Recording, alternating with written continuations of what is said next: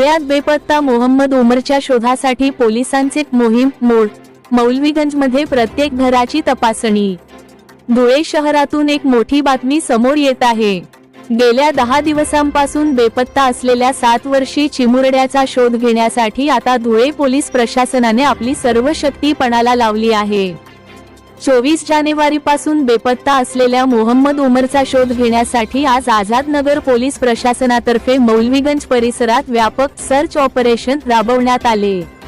धुळ्यातील मौलवीगंज परिसरातून 24 जानेवारीच्या सायंकाळी मोहम्मद उमर हा 7 वर्षांचा बालक अचानक बेपत्ता झाला होता। या घटनेला अनेक दिवस उलटूनही मुलाचा कोणताही सुगावा न लागल्याने पोलीस अधीक्षक श्रीकांत धिवरे यांनी तपासाचे चक्रे वेगाने फिरवण्याचे आदेश दिले आहेत। या मोहिमेचा एक भाग म्हणून आज आझादनगर पोलिसांनी महिला पथकांच्या सोबतीने मौलवीगंज परिसरातील दिलदार नगर मागे, मौलाना आझाद गर्ल्स शाळा मागे सर्व बोल आणि गलीत प्रत्येक घराची झडती घेतली। केवळ घरेच नव्हे तर परिसरातील गल्ली बोळ, संशयास्पद जागा आणि चौकात पोलिसांनी कसून तपासणी केली आहे। काही दिवसांपूर्वीच या भागात डॉग स्क्वॉडच्या मदतीनेही शोधमोहीम राबवण्यात आली होती, मात्र पोलिसांच्या हाती अद्याप ठोस काहीही लागलेले नाही।